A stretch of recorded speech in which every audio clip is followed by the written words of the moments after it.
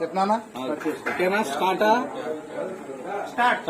ప్రేమన్ పితాపురం నియోజకవర్గ ప్రజలారా, 2024 ఎన్నికల్లో మన పితాపురం నియోజకవర్గం తరఫున ఎమ్మెల్యే పోటీ చేస్తున్న శ్రీ పవన్ కళ్యాణ్ గారికి అఖండ మెజార్టీతో గెలిపించాలని కోరుకుంటున్నాము.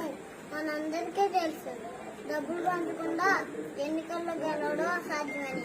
కానీ 2019 ఎన్నికల్లో ఏ ఒక్క నియోజకవర్గంలో కూడా జనసేన పార్టీ తరఫున డబ్బులు పంచకుండా పోటీ చేశారు, కానీ గెలవలేదు. గత ఎన్నికల్లో పవన్ కళ్యాణ్ గారు గెలవాలి అనుకున్నారు, కానీ గెలవాలి అని అనుకోలేదు. మీరు ఆలోచించండి, గత ఎన్నికల్లో పవన్ కళ్యాణ్ గారు పోటీ చేసిన నియోజకవర్గంలో ఉన్న వార్తలని డబ్బులు ఇచ్చుకోవడం ఉంటారు. ఎంతో మందికి తన సొంత డబ్బుతో ఆర్థిక సహాయం చేసిన పవన్ కళ్యాణ్ గారు అదే డబ్బుతో వాతావరణం కొనలేరా? అందరిలాగే వాతావరణం డబ్బులు ఇచ్చుకొని మనల్ని బానిసలుగాను వస్తువులుగాను చూడడం పవన్ కళ్యాణ్ గారు చూస్తున్నాక గత ఎన్నికల్లో ఓటమి చూడవలసి వచ్చింది.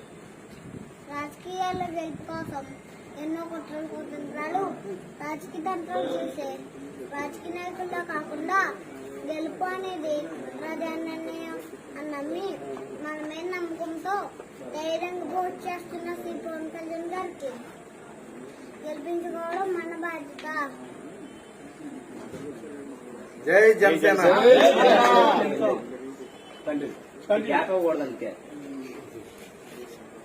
ఇప్పటి వరకు ప్రజలు మోసం చేసిన రాజకీయ నాయకుల్ని ఎంతో మందిని చూసాం, కానీ ప్రజలు మోసం చేసి కేవలం ప్రజలు నమ్మి మోసపోయిన ఒకే ఒక నాయకుడు మన పవన్ కళ్యాణ్ గారు. ఈసారి ఖచ్చితంగా మన పవన్ కళ్యాణ్ గారిని గెలిపించి ఆయన మనపై పెట్టిన నమ్మకాన్ని మనం నిలబెట్టాలి. జనసైనికులారా, జనసేన కార్యకర్తలారా, ప్రస్తుత ఎన్నికల్లో పవన్ కళ్యాణ్ గారిని గెలిపించడం కోసం మనం నిరంతరం శ్రమించాలి. మన శ్రమ ఒక ప్రయత్నంలో కాకుండా ఒక ఉద్యమంలో ఉండాలి. 1,00,000 ఓట్లకు పైగా మెజార్టీయే మన లక్ష్యం.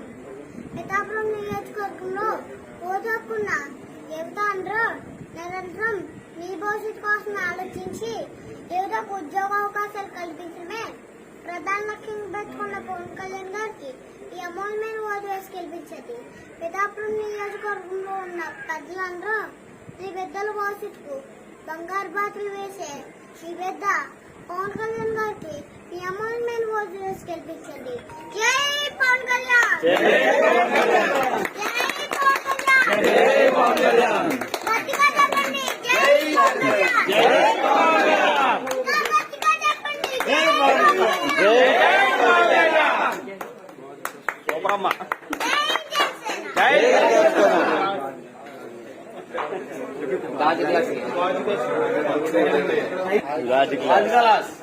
Very good, very good.